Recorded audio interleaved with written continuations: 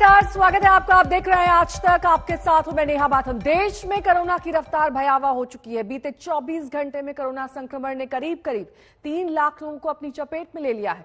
दिल्ली के कुछ अस्पतालों में महज कुछ ही घंटे का ऑक्सीजन बचा है। कैसे खत्म होगा ऑक्सीजन का यह आपातकाल और कैसे बचेगी लोगों की जान?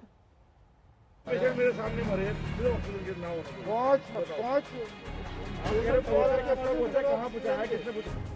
ये दिल्ली के हालात हैं, जहां मुख्यमंत्री हैं, प्रधानमंत्री हैं, बड़े बड़े अस्पताल हैं, मगर सब बेहाल हैं, क्योंकि टूटती सांसों को थामने वाली ऑक्सीजन की जानलेवा किल्लत है। पटना में भी हालात ऐसे ही हैं कि मरीज ऑक्सीजन के बिना दम तोड़ रहे हैं। उतना प्रोडक्शन हो नहीं पा रहा है। लखनऊ की हालत ऐसी है कि अपनों की जान बचानी है तो ऑक्सीजन का इंतजाम खुद ही करना होगा। उसके लिए भी इंतजार इतना लंबा है कि मरीज की सांसें इस इंतजार में न जाने कब साथ छोड़ जाएं। भैया भी आए हैं, देखिए लाइन में खड़े, कोई पूछ नहीं रहा कि अंदर जाना चाहिए। महाराष्ट्र, मध्य प्रदेश समेत देश के 12 राज्यों के हालात गंभीर हैं। ऑक्सीजन की किल्लत से मरीज दम तोड़ रहे हैं। वहीं प्रधानमंत्री मोदी ने देश के नाम संबोधन में भरोसा दिया, जिसकी मियाद तय नहीं है। कोरोना संकट में देश के अनेक हिस्से में ऑक्सीजन की डिमांड बहुत ज्यादा बढ़ी है। इस विषय पर तेजी से और पूरी संवेदनशीलता के साथ काम किया जा रहा है। प्रधानमंत्री की ओर से दिए गए इस भरोसे का असर जमीन पर कब तक दिखेगा, ये साफ नहीं है। दिल्ली के मुख्यमंत्री, स्वास्थ्य मंत्री और उप मुख्यमंत्री कह चुके हैं कि दिल्ली के अस्पतालों में महज कुछ ही घंटे की ऑक्सीजन बची है। अब दिल्ली के अंदर ऑक्सीजन की कमी होने लगी है।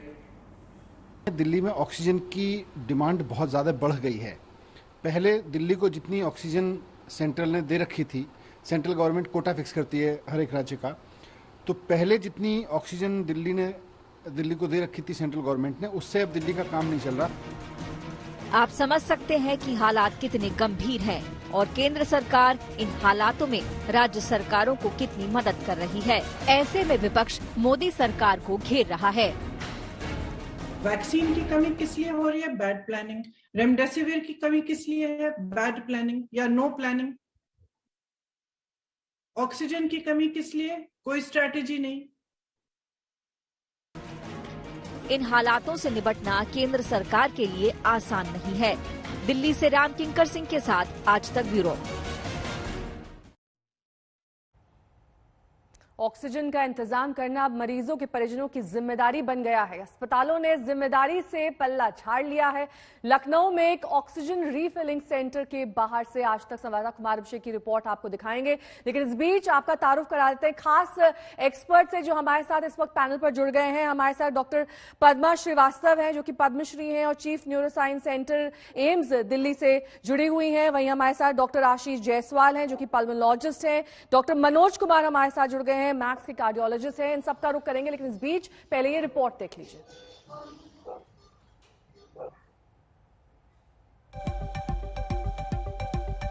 लखनऊ में ऑक्सीजन के लिए कितना हाहाकार है, आप इसका अंदाजा लगा लीजिए। हम इस वक्त तालकटोरा के आयुध, जो ऑक्सीजन प्राइवेट लिमिटेड एक फर्म है, उसके बाहर खड़े हैं और ये जो तमाम आप लाइनें देख रहे हैं, ये सब ऐसे लोगों की है जिन्हें ऑक्सीजन चाहिए, जिनके मरीज घरों में हैं या फिर ऐसे अस्पतालों में जहां पर ऑक्सीजन अवेलेबल नहीं है। हम आपको इस पूरे इलाके की तस्वीर दिखा रहे हैं और लोग अपनी गाड़ियों से आ रहे हैं। सबको इस वक्त ऑक्सीजन चाहिए। आप ये पूरा का पूरा रास्ता देख लीजिए, सब कुछ एक तरीके से पैक है और हम आपको दिखाएं किस तरीके से लोग बड़े बड़े ऑक्सीजन सिलेंडर के साथ इस वक्त खड़े हैं। आखिर क्या वजह है कि लोग ऑक्सीजन सिलेंडर के साथ हैं, ये बताइए। आप लोग कहाँ से? सर, हम डालीगंज से आ रहे हैं। अपने लिए या किसी के लिए? भाई के लिए। मेरे भाई की तबीयत नहीं सही है, हॉस्पिटल में एडमिट है, तो जो है ऑक्सीजन कह रहे हैं लगाओगे तभी एडमिट लेंगे। तो ऑक्सीजन हॉस्पिटल में नहीं है, आप खुद से इंतजाम? जी हाँ, अपना खुद से इंतजाम कर रहे हैं। साफ मना कर दे रहे हैं, मेरे पास कोई ऑक्सीजन नहीं है, आप मरीज ले जाइए, बाकी अपना ऑक्सीजन आपको खुद लाना है। हम लोग पूरी रात लखनऊ पर घूम घूम कर ऑक्सीजन बटोरे रह रहे हैं। एक मरीज को पर डे 10 ऑक्सीजन लग रहा है।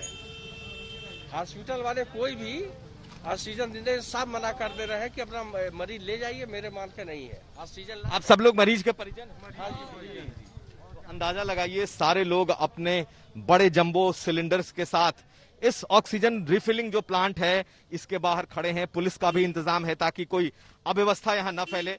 लेकिन इस गेट के बाहर से आप देख लीजिए जो लाइनें लगी हैं बड़े बड़े ऑक्सीजन सिलेंडर के साथ, ये उन लोगों के लिए है जिनके मरीज या तो घरों पर हैं या फिर अस्पतालों में। अस्पतालों ने भी हाथ खड़े कर दिए हैं कि उनके पास सिलेंडर नहीं है। सिलेंडर नहीं है उस तरफ? बिल्कुल नहीं, बता रहे हैं अपना सिलेंडर ले आइए, तब मरीज का देखिए अपना। कौन मरीज है आपका? कौन? भाई है। अस्पताल में? अस्पताल में है। आपके? मेरा भी भाई अवतार हॉस्पिटल ये रेडी चौराहे पर ही है। अरे तो ऑक्सीजन अस्पताल वाले कैसे नहीं अरेंज कर पा रहे? वो कह रहे मेरे पास कोई सुविधा नहीं है, आप ऑक्सीजन लाइए, आपका मरीज बचेगा, उसे ले जाइए, हमारा कोई गारंटी नहीं। आप सबों के परिवार एडमिट है? हाँ, हमारे तो घर ही में है, भाई है। ये सुबह का वक्त है, जैसे जैसे दिन चढ़ेगा ये जो आप कतार देख रहे हैं ये और लंबी होती जा रही है। और इस वक्त अगर एक कोई संजीवनी बूटी इस वक्त काम कर रही है तो वो है ऑक्सीजन। और लोगों के लिए सबसे बड़ी मुसीबत इस वक्त ऑक्सीजन अपने मरीजों के लिए सबसे बड़ी समस्या बनी हुई है। अस्पतालों में ऑक्सीजन नहीं है, बड़े बड़े अस्पतालों के भी हालात इस वक्त बेकाबू हो रहे हैं। 3 खास मेहमान इस वक्त पैनल पर हमारे साथ जुड़ गए हैं, लेकिन सबसे पहले डॉक्टर पद्मा आप का रुख करते हुए, डिप्टी सीएम मनीष सिसोदिया का यह कहना कि दिल्ली में चंद ही घंटे की ऑक्सीजन बची है, इस स्टेटमेंट को किस तरीके से आकलन इसका करें और इसको कितना क्रिटिकल माना जाए? एब्सोल्युटली क्रिटिकल होगा अगर ये सच है तो, नेहा जी। तो actually I think if we actually look at it in a larger perspective, the magnitude of problem जो है, क्योंकि इतनी नंबर्स बढ़ गया है, उसमें जो 80% माइल्ड भी हो, पैनिक भी इतना आ गया है, तो I think beside the availability beds की प्रॉब्लम है, ऑक्सीजन की प्रॉब्लम है, हेल्थ केयर पर्सनल की प्रॉब्लम है, उसके अलावा ये भी मुझे लगता है कि होर्डिंग भी हो रहे हैं शायद, बिकॉज पैनिक इतनी बढ़ गई है। क्योंकि ये चला गया कि जैसे आपको पता है ना, remdesivir is not a life saving drug. ये बार बार बहुत लोग कहे हैं, चैनल्स में बताया है कि don't hold remdesivir, is not life saving drug, oxygen is life saving. तो ये हो गया कि हो सकता है ऑक्सीजन की जरूरत हो तो लोग होल्ड भी कर रहे, अपने घरों पे ले जा रहे। उस तरफ भी देखें कि जरूरत भी है, क्योंकि बेड्स चाहिए, तो you have an oxygen portal at home so that you can survive. तो multitude of problems, very critical. अगर ये बात सच है कि we just have 36 hours, then it is I don't know, अगर कोई टर्म है इमरजेंसी से ज्यादा, then that term should be applied. It's an apocalypse. Absolutely, it's critical. Doctor Ashish Jaiswal भी हमारे साथ जुड़े हैं। डॉक्टर आशीष, जिस तरीके से डॉक्टर पद्मा बयान करें कि बहुत ही क्रिटिकल ये वक्त है, कुछ ही घंटों का ऑक्सीजन होना, यानी कि जो लोग अभी भी लंबी कतारों में खड़े हैं, ऑक्सीजन का इंतजार कर रहे हैं, उनके परिजन परेशान हो रहे हैं, लेकिन ऐसे भी लोग हैं जिन्होंने इमरजेंसी के लिए या फिर फ्यूचर यूज के लिए ऑक्सीजन को अपने घरों में होर्ड किया है। हालांकि इसके विपरीत कई डॉक्टर्स ने यह सलाह दी है कि घरों में ऑक्सीजन ना लें, सेल्फ यूजेज ना करें। देखिए, 2-3 इंपॉर्टेंट पॉइंट। सबसे पहला इंपॉर्टेंट पॉइंट है, जिन्होंने भी घर में होल्ड किया हुआ है उनको ये ना करें। केवल और केवल ऑक्सीजन से काम नहीं चलेगा। जरूरी है, हम समझते हैं ऑक्सीजन सबसे इंपॉर्टेंट है मैनेजमेंट में, और जो सबसे लास्ट में जब लंग का इन्वॉल्व होता है, ये ऑक्सीजन ही है जो बचा सकती है। पर होर्डिंग से कोई फायदा नहीं होगा, घर पे ऑक्सीजन लगाने से कोई फायदा नहीं होगा। अल्टीमेटली आप उसको केवल डिले ही कर रहे हैं। सेकंड पॉइंट से, ये अचानक से क्यों हो गया? जो अगर आप दिल्ली की रिक्वायरमेंट देखिए तो 300 मेट्रिक टन की रिक्वायरमेंट बढ़ा के 18 अप्रैल को बोला गया था, पर अचानक से उसी मीटिंग में बोला गया कि 700 मेट्रिक टन की जरूरत होगी। क्योंकि जो हम लोग एलोकेट कैसे करते हैं, हम मानते हैं कि 3% जो बेड है वो ऑक्सीजन बेड होने चाहिए, जो क्रिटिकल केयर के बेड्स हो सकते हैं।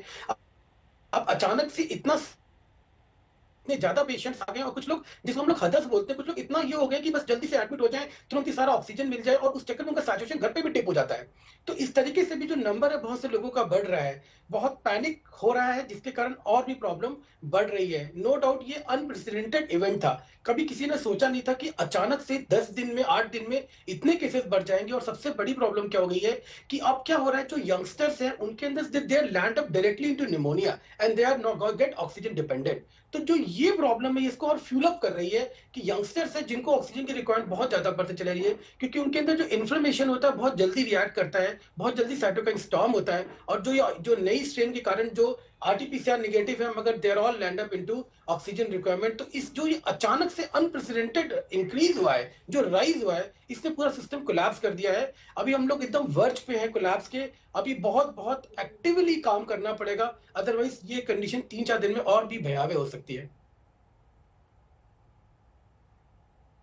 ठीक है, हमारे एक्सपर्ट्स लगातार हमारे साथ जुड़े हुए हैं, लेकिन इस बीच तस्वीरें भी देखना जरूरी है क्योंकि ये कहा जा रहा है कि ऑक्सीजन की कमी आने वाले वक्त में हो सकती है। ये चिंता का सबब है, डिप्टी सीएम ने भी इस बात का जिक्र किया है। लेकिन तमाम तरीके की परेशानियां हैं, कई बार ऑक्सीजन सिलेंडर की सप्लाई वक्त रहते नहीं हो पाती है, रास्ते में कई बार अड़चन आ जाती है, कई बार ट्रैफिक का सामना करना पड़ता है, हाईवेज पर दिक्कत आती है, तमाम तरीके की दिक्कतें लोगों को आ रही हैं और इसी के चलते इस वक्त ये इमरजेंसी सिचुएशन है, क्रिटिकल सिचुएशन है। डॉक्टर मनोज कुमार भी हमारे साथ जुड़े हुए हैं, कार्डियोलॉजिस्ट हैं मैक्स अस्पताल से। डॉक्टर मनोज, आपके पास रोजाना कई ऐसे पेशेंट्स आते होंगे जिन्होंने ये बयां किया होगा कि उन्हें मेडिसिन की भी किल्लत आ रही है। ऑक्सीजन सिलेंडर की सप्लाई तो है ही किल्लत और एक चिंता का सबब, लेकिन कौन सी वो मेडिसिन है इस वक्त जो शॉर्ट सप्लाई में है? देखिए, मैं विदाउट डिप्लोमेटिक होते हुए आपको डिप्लोमेसी नहीं करूंगा। मैं ये कहूंगा कि हमारा एंटिसिपेशन फेलियर है। हमें पता था कि SARS-CoV-2 का जो वर्जन 2 है वो डिफरेंट है, और ये मैं नहीं कर रहा हूँ, नेशनल क्लिनिकल रजिस्ट्री कोविड-19 में भी लिखा हुआ है कि इस बार ऑक्सीजन की जो रिक्वायरमेंट है वो ज्यादा होगी, सीवियर केसेस, लंग के इन्वॉल्वमेंट ज्यादा हो रहे हैं, हॉस्पिटलाइज पेशेंट्स में 55% पेशेंट्स को ऑक्सीजन की रिक्वायरमेंट हो रही है, बट हम लोगों ने उसकी तैयारी नहीं की। अब रेमडेसिविर की बात थी, अगर हम वैज्ञानिकों की और अनुसंधानकर्ताओं की बात मानते और उसके हिसाब से पॉलिसी फिक्स करते। 2 महीने पहले पता था कि डबल म्यूटेंट स्ट्रेन आ गया है, और ट्रिपल म्यूटेंट स्ट्रेन में बंगाल की बात कर रहा हूँ, वहां पे भी पाया गया है। अभी भी हम लोग सजग नहीं हुए। जब बंगाल फिर विस्फोट करेगा तो फिर हम दवा रेमडेसिविर के लिए और ऑक्सीजन के लिए दौड़ेंगे। जहां तक ऑक्सीजन की टोटल कैपेसिटी है हमारी 7,000 मैट्रिक टन की है, उसमें से पूरा एग्जॉस्ट हो जाता है पर डे का, और अभी जो भी इंडस्ट्री से जो डाइवर्सन हो रही है ऑक्सीजन की, उससे कमी पूरी होगी, बट अभी तो बिल्कुल भयावह स्थिति है। दूसरी बात, रेमडेसिविर का प्रोडक्शन रोक दिया गया, शॉर्ट एक्सपायरी की ये दवा होती है, बट हम समय के पहले चेतते नहीं है, समय के पहले जागते नहीं है। जब हम लोग जो प्रॉब्लम है उसको फिक्स करना चाहते हैं, हम जो कॉज है उसको सुनते नहीं है। जो एंटिसिपेटरी फाइंडिंग्स होती है, हमें एंटिसिपेशन में पहले से जो खबर होती है उस पर एक्ट नहीं करते हैं। अभी देखिए, टॉर्सिलीजुमेब नहीं है, रेमडेसिविर नहीं है, इवन डेक्सामेथासोन, क्योंकि मॉडरेट केसेस में डेक्सामेथासोन एंड ऑक्सीजन जो है वो काफी होता है। रेमडेसिविर हॉस्पिटल कोर्स को या इलनेस की ड्यूरेशन को कम करता है, मॉर्टिलिटी पे कोई स्ट्रॉन्ग डेटा नहीं है। बट जिस तरीके से जो कॉमन चीजें हैं, स्टेरॉइड्स की जरूरत है आपको, ऑक्सीजन की जरूरत है, रेमडेसिविर की जरूरत है, साइटोकाइन स्टॉर्म में अभी भी टॉर्सिलीजुमेब देते हैं। इन सारी दवाइयां बाजार से गायब हो गई हैं। रेमडेसिविर की आपूर्ति करने के लिए सरकार प्रयत्न कर रही है, बट अभी भी हमारे पास इतने कॉल्स आते हैं, इवन ऑक्सीजन सिलेंडर के लिए कहीं से भी रेमडेसिविर दिलवा दीजिए। अब तो मतलब बिल्कुल समझिए अनकंट्रोल्ड सा सिचुएशन हो गया। हमारे साथ डॉक्टर सुधीर भंडारी भी जुड़ गए हैं, सीनियर प्रोफेसर हैं, medicine consultant physician, internal medicine SMS hospital के, और साथ ही ये मेंबर भी हैं स्टेट एडवाइजरी बोर्ड जो कि गवर्नमेंट ने कोविड-19 के लिए जिसका गठन किया था। लेकिन अगर रुक करना चाहें सुधीर भंडारी से पहले हम डॉक्टर रजनीश कपूर भी हमारे साथ जुड़े हुए हैं। डॉक्टर रजनीश, मैं आपसे ये यहाँ पर समझना चाहूंगी, बहुत सारे ऐसे लोग हैं जो ऑक्सीमीटर के जरिए अपना ऑक्सीजन लेवल मॉनिटर करते हैं। कौन से ऑक्सीजन लेवल्स अलार्मिंग होते हैं? क्योंकि बहुत सारे ऐसे लोग हैं जो सांस की बीमारी से या फिर फेफड़ों की बीमारी से पहले से जूझ रहे हैं। अगर वो CT स्कैन कराते हैं, उसमें पैचेस आते हैं, जबकि RT-PCR नेगेटिव है, तो ऐसे में कब उन्हें चेतना चाहिए, कब उनके लिए इमरजेंसी सिचुएशन है? बहुत इंपॉर्टेंट डिस्कशन है ये सारा सिनेरियो। तो पहले मैं एक वर्ड कहना चाहूँगा ऑक्सीजन के लिए। हुआ क्या, ये पीछे एक हफ्ता से एक सप्ताह से जो केसेस एकदम से बढ़े, तो हम लोग बहुत अच्छे से प्रिपेयर्ड नहीं थे, मैं भी मानूंगा और मैं भी कहूँगा ये एम्फेटिकली। एक कोविड पेशेंट जिसको हम ऑक्सीजन की ज़रूरत पड़ती है, पहले ये माना गया भी वेंटिलेटर से हमें बचना है जब भी कोविड पेशेंट का सैचुरेशन गिरता है। तो उसमें क्या होता है, हम दो तरह से ऑक्सीजन देते हैं, एक नेजल मास्क, एक नॉर्मल ऑक्सीजन मास्क, और एक high flow nasal oxygen mask. Normal oxygen mask 1 minute के अंदर कोई 10 से 15 लीटर ऑक्सीजन रिक्वायर्ड होता है उसके लिए, और जो high flow nasal oxygen mask है उसको हम मानते हैं ये वेंटिलेटर को काफी हद तक रोक सकता है और काफी उसको लंबा चला सकता है, भी वेंटिलेटर की जरूरत ना पड़े और patient high flow nasal oxygen से ही चलता रहे। बट नाउ एक हाई फ्लो नेजल ऑक्सीजन का रिक्वायरमेंट 1 मिनट के अंदर एक कोविड पेशेंट के लिए 60 लीटर का है। 1 मिनट में वो 60 लीटर ऑक्सीजन कंज्यूम करता है। अब मानिए जब इतना सब हॉस्पिटल फ्लड हो गया कोविड पेशेंट से जिनको ऑक्सीजन का रिक्वायरमेंट है, और कितना पेशेंट है जो हाई फ्लो नेजल ऑक्सीजन पे है, 60 litres per minute they are consuming oxygen.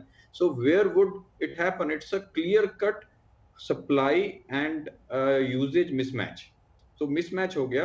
अब अभी भी अगर सिचुएशन और तेज गति से आगे बढ़ता है, it has to be prepared at the back front, जहां पे ऑक्सीजन का डिमांड तेज मीट करने के लिए उसका प्रोडक्शन, उसका जो उसको इंतजाम करवाना है वो तेज गति से किया जाए। It has to be thought, it's a war like situation, that's number 1। और एक पॉइंट है जो हम सब लोग भूल रहे हैं, now everything has been diverted to covid patients.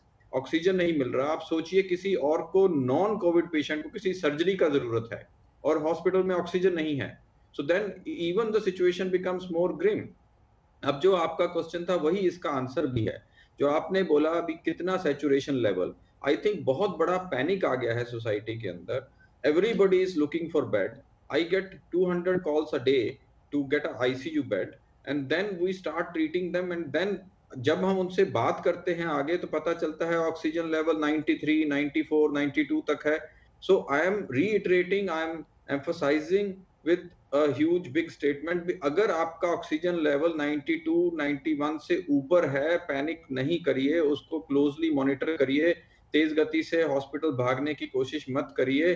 अगर वो 90 से नीचे गिरता है तब भी इनिशियली हम नॉर्मल ऑक्सीजन मास्क के जरिए कोशिश करें हॉस्पिटल्स में ट्रीट करने की, because we are heading towards a big scarcity of oxygen.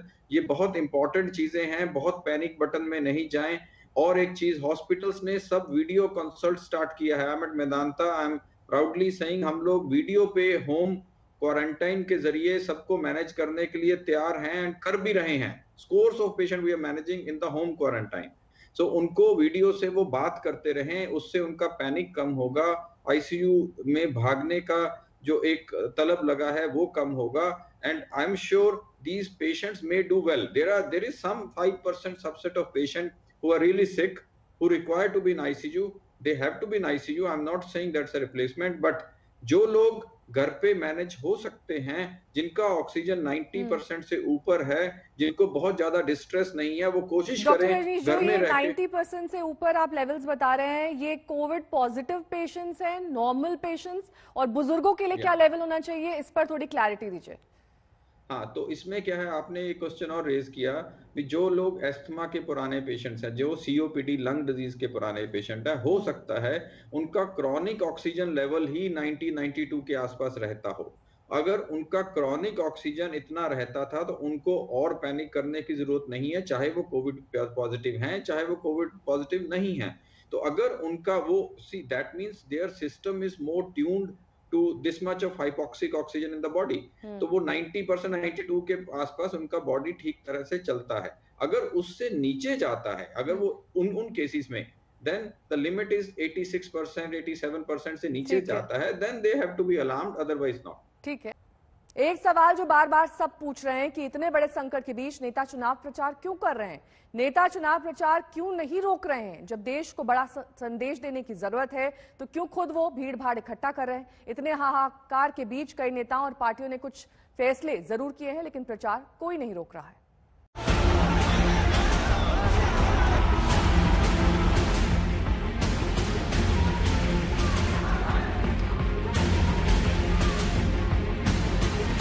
ये बहस पूरे देश में चल रही है कि जब कोरोना का इतना बड़ा संकट है, जब लोग अस्पतालों में भटक रहे हैं, जगह जगह जरूरी चीजों के लिए परेशान हो रहे हैं, जब लोग कोरोना की भीषण लहर में दम तोड़ रहे हैं और जब जगह जगह नाइट कर्फ्यू और लॉकडाउन जैसी पाबंदियां हैं, तो बंगाल में क्यों धड़ाधड़ रैलियां, रोड शो और प्रचार जारी है।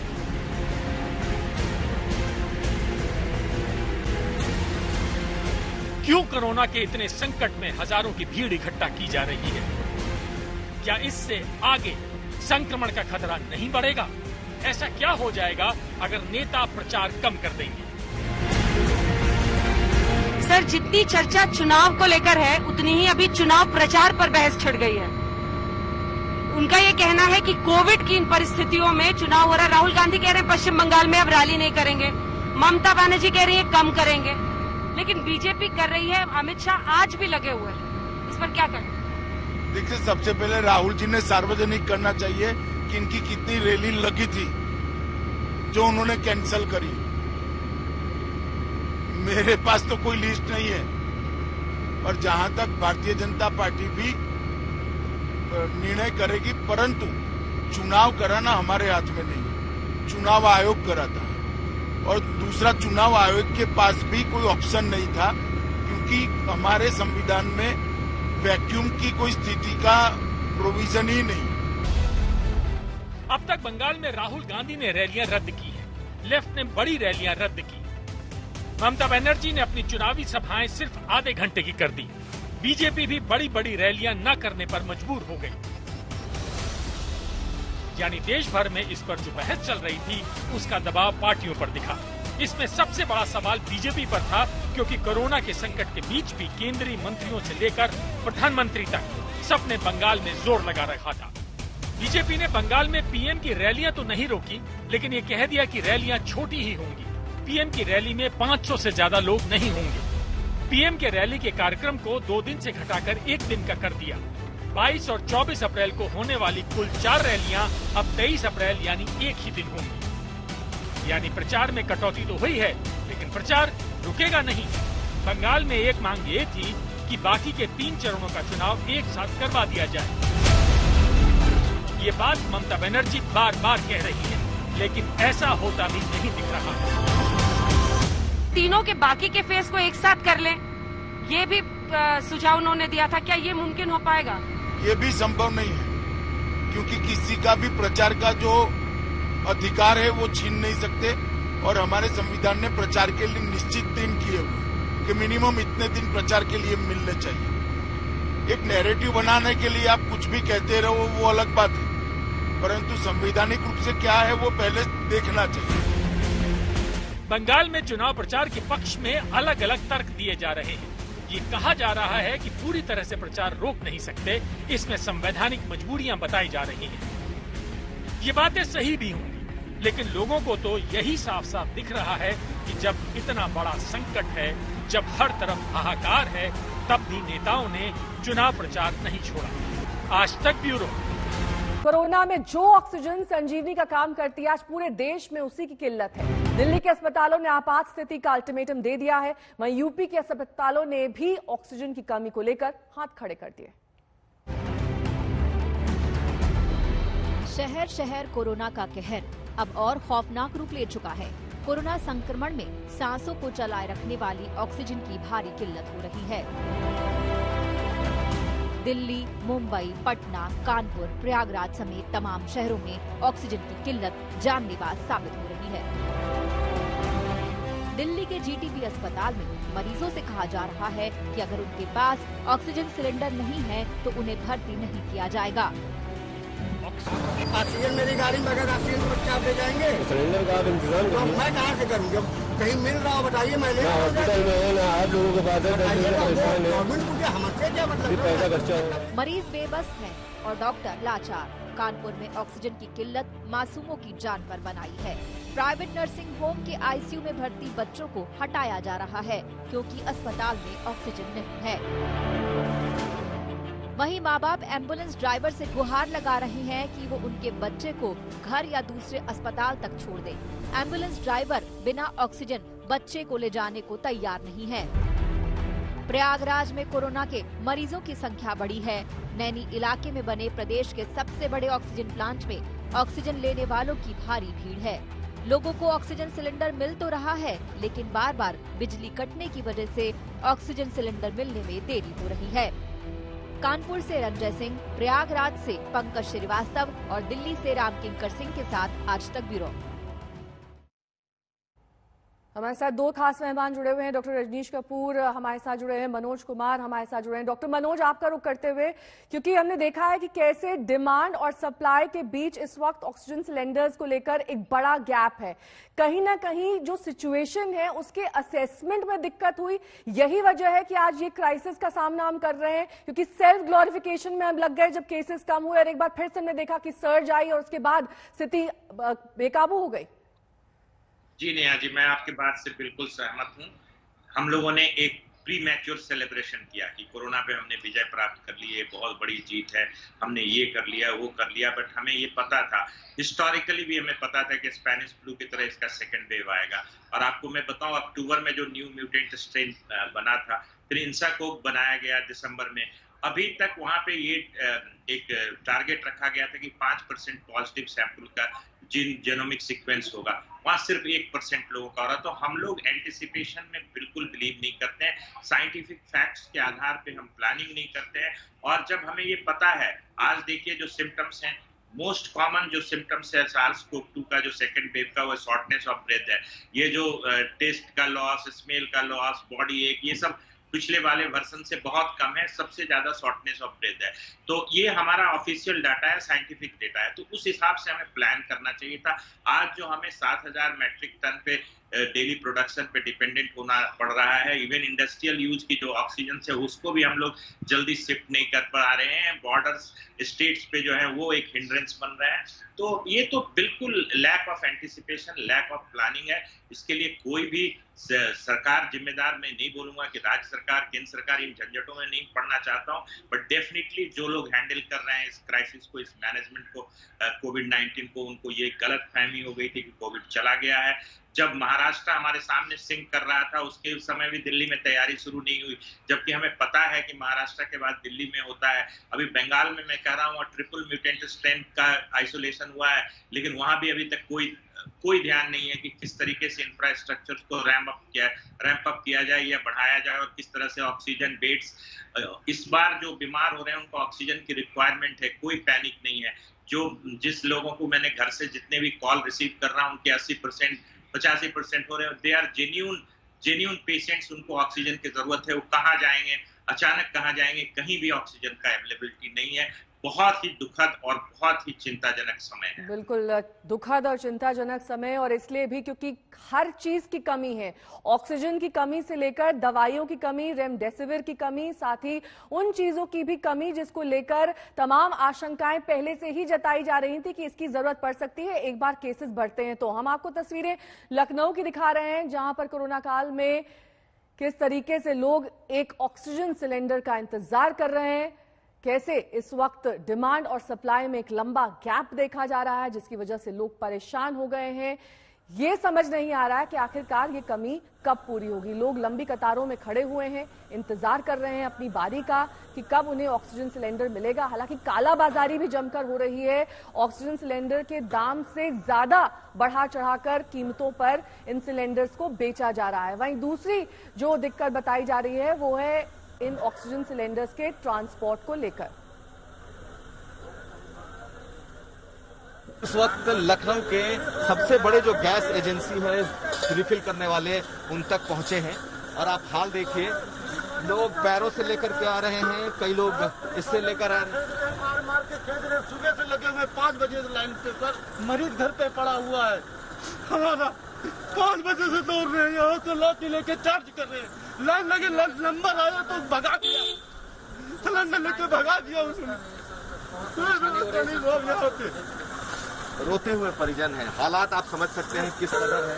लोग इस तरीके से अपनों के लिए सिलेंडर लेकर के लाइन लगा रहे हैं। एक भी गैस नहीं मिली, सिलेंडर एक भी सिलेंडर। क्या रहे हैं, है कि नहीं? सबको नहीं, गैस है, गैस लगी हुई है सर, एडवांस हम लोग को बताइए कि सिलेंडर नहीं दे रहे हैं ये लोग। एक सवाल करना चाहते हैं। अभी कुछ दिन पहले सुनने में आ रहा था सैकड़ों टन गैस आई, गई कहाँ वो, किसको मिल गई जाके? किसी भी आप गैस एजेंसी पे चले जाओ ऑक्सीजन लेने के लिए, कहीं नहीं मिल रही है गैस।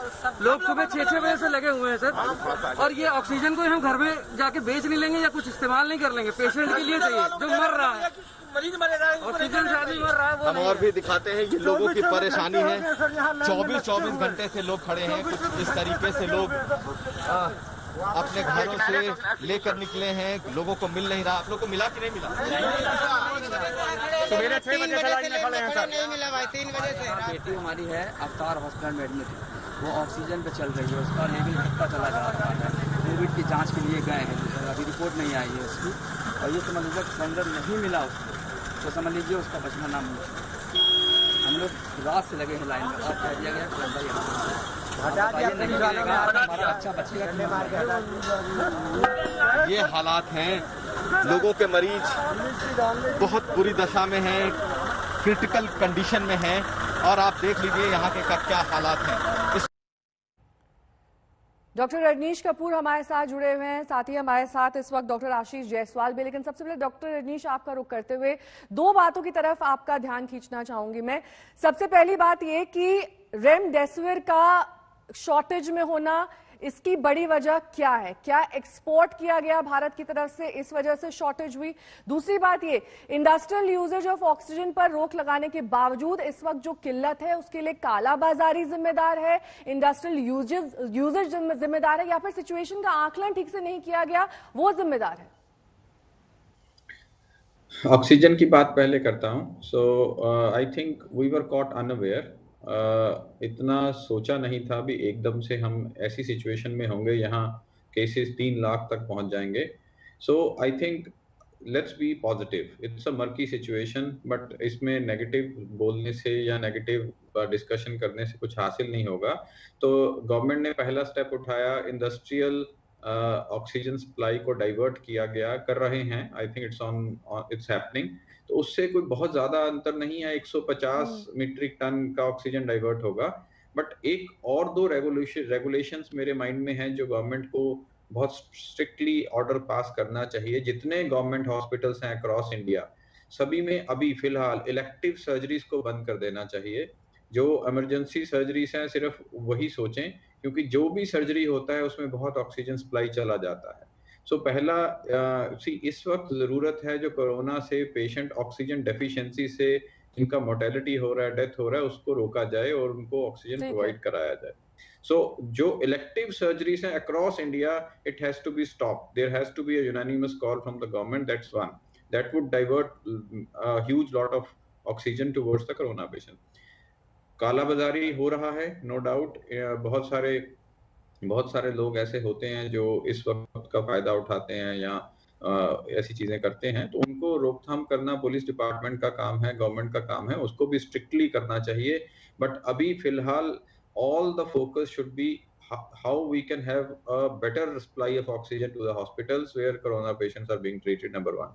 नंबर 2, आपने रेमडेसिविर का बात किया। रेमडेसिविर एक again I would emphasize here, remdesivir कोई मिराकुलस लाइफ सेविंग ड्रग नहीं है वो। जरूरत है रेमडेसिविर का पेशेंट्स में, जो पेशेंट्स स्टेज बी में पहुंच जाते हैं, एडवांस स्टेज कोरोना में पहुंच जाते हैं, जिनमें इन्फ्लामेटरी रिस्पॉन्स बहुत बढ़ जाता है, वायरीमिया बहुत बढ़ जाता है, बुखार नहीं टूटता, और 5-6 दिन के बाद भी सीटी स्कैन्स और खराब होते जाते हैं, उनमें रेमडेसिविर इंडिकेटेड है। बट आई अगेन से एम्फेटिकली दैट रेमडेसिविर का शॉर्टेज का कारण है इनएप्रोप्रिएट यूजेज। बहुत पैनिक है हर जगह पे। रेमडेसिविर डे 1 डे 2 पे स्टार्ट किया जा रहा है, जिसको आराम से पीछे किया जा, एंड ऐसा भी नहीं है भी रेमडेसिविर स्टार्ट हो गया तो वो पेशेंट एकदम से ठीक होगा। It's not a miraculous life saving drug. It definitely gives advantage to the patient whosoever requires it, but it has to be appropriately used। ये कुछ चीजें करके हम कर सकते हैं। Besides बिसाइड्स एक्सपोर्ट रोका जाए, इंपोर्ट और किया जाए, ये सब चीजें साथ साथ। डॉक्टर आशीष जायसवाल भी हमारे साथ लगातार जुड़े हैं। डॉक्टर आशीष, हमने देखा है किस तरीके से इस वक्त बहुत ज्यादा लोड है, खासतौर पर जो पैथ लैब्स हैं जहां पर टेस्टिंग होती है, जहां पर RT-PCR के रिजल्ट्स आते हैं। ऐसे में लोग लंबी कतारों में हैं। अगर आप कॉल करते हैं तो आपको हो सकता है 2 से 3 दिन बाद का वक्त मिले, हो सकता है आपकी रिपोर्ट ही 3 दिन बाद आए। ऐसे में एक आशंका मन में रहती है कि हम पॉजिटिव हैं, नेगेटिव हैं, किस तरीके से अपना ट्रीटमेंट शुरू करें। ऐसे पेशेंट्स के लिए आप क्या कहेंगे जिनके सारे सिम्टम्स हैं लेकिन लैब रिपोर्ट्स ही नहीं आ पा रही हैं? देखिए, हमको ना इसमें 2 बहुत इंपॉर्टेंट पॉइंट हैं। सबसे पहला तो है कि अगर किसी को फीवर आ रहा है या जो हमारे आजकल देख रहे हैं जो एटिपिकल सिम्टम्स हैं कोविड के, अगर वो आ रहे हैं तो वो अपने को कोविड ही माने, क्योंकि हम लोग जितनी जल्दी अपने को आइसोलेट कर लेंगे उतना ही हम लोग इसको कम स्प्रेड करेंगे। हमको पता है जो ये वायरस है, अगर एक घर में किसी को हो रहा है तो सब में ही हो रहा है। तो इसलिए सबसे इंपॉर्टेंट है, अगर हमें सिम्टम्स हैं तो हम अपने को आइसोलेट करें, बहुत ज्यादा रन ना करें। जब आपका नंबर आए तब जाके अपना RT-PCR कराएं। सेकेंड एक इंपॉर्टेंट पॉइंट है कि इस बार 30 से 40 पेशेंट्स ऐसे हैं जो कोविड पेशेंट्स हैं जिसके अंदर RT-PCR निगेटिव आ रहा है, यानी उनके अंदर भी आप RT-PCR निगेटिव आ जाएगा तब भी मैनेजमेंट यही है, ट्रीटमेंट यही है। आजकल हम लोग ने टेली कंसल्टेशन बहुत बढ़ा रखा है, सभी डॉक्टर्स कर रहे हैं। तो जैसे ही सिम्टम्स हो आप अपने डॉक्टर को मिलें, समझें, घर पे रहें, पैनिक ना हो, क्योंकि पैनिक से सिचुएशन और खराब हो जाएगी। जैसे पैनिक होगी वैसे काला बाजारी स्टार्ट होगी, वैसे ही चीजों का मिसयूज होने लग जाएगा। देखिए, ये अनप्रेसिडेंटेड इवेंट है। अचानक से 10 दिन में इतने केसेस बढ़ गए हैं कि सारा सिस्टम कोलैप्स हो रहा है। ग्रेजुअली अगर हम लोग पैनिक कम करेंगे तो हो सकता है कि हम लोग उसको जल्दी इस पे जीत सकते हैं। डॉक्टर मनोज भी लगातार हमारे साथ जुड़े हुए हैं। डॉक्टर मनोज, मैं आपसे ये जानना चाहूंगी, जिन लोगों को ऑक्सीजन सिलेंडर मुहैया नहीं हो रहा है, ऑक्सीजन लेवल्स लगातार गिर रहे हैं, सांस में लेने में दिक्कत आ रही है, एक वीडियो इस वक्त फ्लोट कर रहा है जिसमें कहा जा रहा है कि अगर आप अपने पेट के बल लेट जाते हैं एक स्पेसिफिक तरीके से एक तकिया के साथ तो आपके ऑक्सीजन लेवल्स को इंप्रूव करने में थोड़ी मदद मिल सकती है। आप इसको किस तरीके से एंडोर्स करते हैं? जी, अभी ऑक्सीजन नहीं मिल रहा है और ये एक साइंटिफिकली प्रूवन चीज है कि प्रोन वेंटिलेशन में जो आपके जो कोलैप्स्ड अल्वेलाई होते हैं खुल जाते हैं और वेंटिलेशन परफ्यूजन जो है उसकी मिसमैच कम हो जाती है। तो डेफिनेटली प्रोन पोजीशन में ऑक्सीजन सैचुरेशन थोड़ा इंप्रूव करता है। बट ये चूंकि आपको मालूम है कि कोविड-19 में ऑक्सीजन ही प्राइमरी थेरेपी है, आप ये मान जाएं कि ऑल मॉडरेट केसेस जो होते हैं कोविड-19 के उसमें ऑक्सीजन की जरूरत पड़ती है। 55-60% लोगों को ऑक्सीजन की जरूरत पड़ती है। ये थोड़ी देर के लिए आपका ऑक्सीजन कुछ 2% सैचुरेशन 1% इंप्रूव होता है प्रोन पोजीशन में, बट ये कोई तरीका नहीं है जिससे कि आप बच जाएं ऑक्सीजन रिक्वायरमेंट से। तो ऐसे हालात में इमीडिएटली घर पे ठीक है, आप प्रोन पोजीशन पे लेट के एक बार दोबारा सैचुरेशन चेक कर लें और ये बिल्कुल मान लें कि अगर 90 से कम है नॉर्मल पर्सन को और 89% से नीचे अगर आता है आपके COPD जो क्रॉनिक लंग डिजीजेस के पेशेंट्स हैं तो उनको ऑक्सीजन की रिक्वायरमेंट पड़ेगी। तो मेरा ये कहना है कि प्रोन पोजीशन थोड़ा हेल्प कर सकता है बट ये कोई थेराप्यूटिक मेजर नहीं। डॉक्टर रजनीश भी लगातार हमारे साथ जुड़े हैं। डॉक्टर रजनीश, जिन लोगों का RT-PCR टेस्ट पॉजिटिव है लेकिन एसिम्प्टोमेटिक है, यानी कि कोई सिम्टम उनमें नहीं है, वो भी आइसोलेशन में चले जाएं, अपने घर में ही बाकी लोगों से ना मिले? बिल्कुल बिल्कुल, अगर RT-PCR पॉजिटिव है तो उसके फॉल्स पॉजिटिव के चांसेस बहुत कम होते हैं। तो इसलिए इट्स अ एसिम्प्टोमेटिक कोविड जो कि हो सकता है, कोई सिम्टम्स नहीं है, उनको इम्यून सिस्टम उसको उस पेशेंट का अच्छे से कोविड इन्फेक्शन को झेल पा रहा है, but they can transmit infection, they are harbouring virus in their throat and upper respiratory tract, वो आगे उसको ट्रांसमिट कर सकते हैं। आइसोलेशन में जाना ज़रूरी है और सब चीज़ अच्छे से खाना, बर्तन, कपड़े आइसोलेट हो जाना चाहिए। जो भी कोई उस रूम में जाए वो अच्छे से कवर करके, मास्क पहन के, कैप लगा के, सब चीज़ कवर करके जाए ताकि वायरस बाहर नहीं आए, क्योंकि अगर वो ऐसा होता है तो वो चेन बन जाएगा। तो ये चीज़ें बहुत इंपॉर्टेंट हैं, बार बार रीइंफोर्स किया जा चुका है। So even all the mild cases they should be at home, they should not panic. जिनको मान लीजिए, अब क्या होता है जब किसी का RT-PCR पॉजिटिव आया तो बहुत टेंडेंसी है भी वो पेशेंट या उसका फैमिली ये चाहेगा उनका पल्स ऑक्सीमीटर से दिन में 5 बार ऑक्सीजन सैचुरेशन देखा जाए और फीवर नोट किया जाए।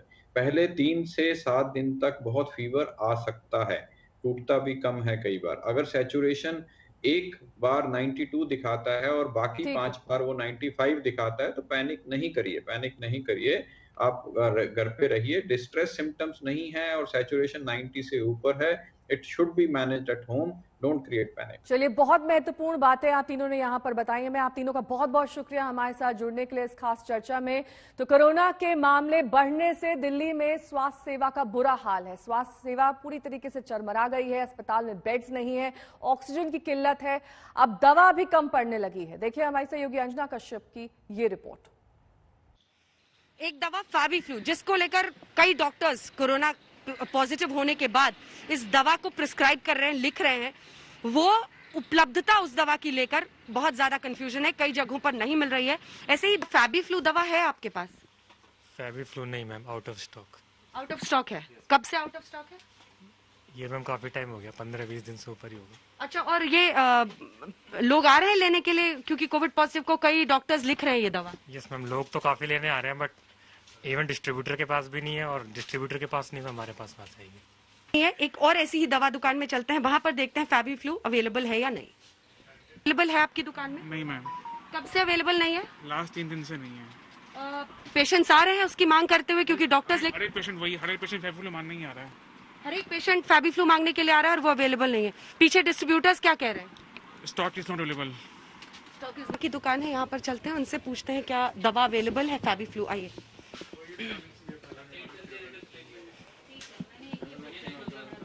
एक सेकेंड, क्या ये आपकी दुकान में फैबीफ्लू अवेलेबल है? फैबीफ्लू दवा है? अभी अवेलेबल नहीं मैम। कितने दिन से नहीं है? कल तक था हमारे पास, सुबह भी हमने बेचा है। आज सुबह तक था आप कह रहे हैं, और स्टॉक नहीं मिल रहा है। डिस्ट्रीब्यूटर क्या कह रहे हैं? अभी अवेलेबल नहीं है डिस्ट्रीब्यूटर्स के पास। कह रहे हैं अभी नहीं है। पेशेंट्स आ रहे हैं फैबीफ्लू मांगने के लिए?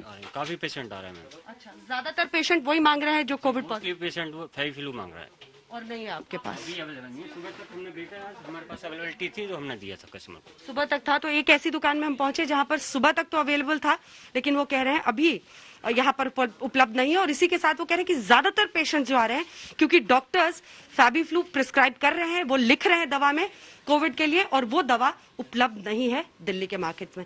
कैमरामैन कृपाल के साथ अंजना कश्यप, दिल्ली आज तक। इस बुलेटिन मेरे साथ अभी के लिए बस इतना ही। देश और दुनिया की तमाम खबरों के लिए आप देखते रहिए आज तक।